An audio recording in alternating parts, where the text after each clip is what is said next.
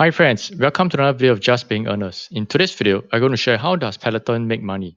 This is a pretty interesting company for those who have not heard of it before, as in the connected fitness space, and I feel that it's onto something big in the future. Before I start, hope you can give a like for this video and also subscribe to my channel. And let's begin. Peloton was founded in 2012, and before the COVID pandemic, Peloton was a company that didn't have as much attention as it has now, as it simply offered people the choice of being able to exercise at home, where else one could go to the gym or fitness center to exercise as well. However, when the COVID pandemic happened with gyms and fitness centers closed, people were looking for an alternative way to exercise, and those who wanted to continue exercising on the treadmills, spin bike, or attend fitness classes switched to using Peloton as it offered a full stack solution right at their home. Here's their video on why they started Peloton and what is the vision for the company ahead. Good idea. I thought so too. And so did John's co-founders. There was a lot to figure out. Where do you start? How far do you go? What do you need to make? How do you bring that into their home? So we got to work. We made our own hardware, developed our own software, and created our own content with our very own world-class instructors.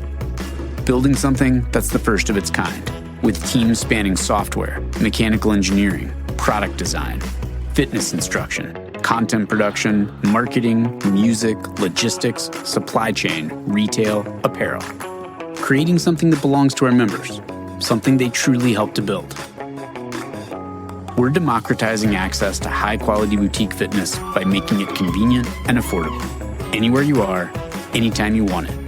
Which means no one is getting left behind. Peloton is for anyone who wants it. The revenue for Peloton can be broken down into three segments. They are your connected fitness products, apparel and accessories, and subscription. For the connected fitness products, there is the bike and the treadmill, and for the bike and the treadmill, there are two versions of each. One version is basically the older version and the other one is the newer version.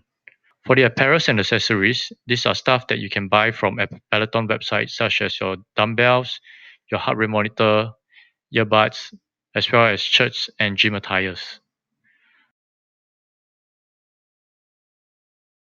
For the subscription, there are two types. One is the all-access membership and the other one is the digital membership. For the digital membership, this is basically the Peloton app that allows you to access the entire library of classes and train with equipment or none at all on your phone, tablet, TV or web. For the all-access membership, this is where your membership is linked to your Peloton bike or treadmill and allows you to have unlimited accounts for your family members. In the latest Q2 2021 financial results, for Peloton, their connected fitness subscription grew 134% to approximately 1.67 million, and paid digital subscription grew 472% to approximately 625,000. Total members grew to over 4.4 million. In the Q2 as well, total revenue grew 128% to 1.064.8 million. And for Q2, connected fitness subscription workout grew 303% to over 98.1 million. Averaging 21.1 monthly workouts per connected fitness subscription versus 12.6 in the year-ago period. For the future growth catalysts for Peloton, these are some of the things that may be going on for them.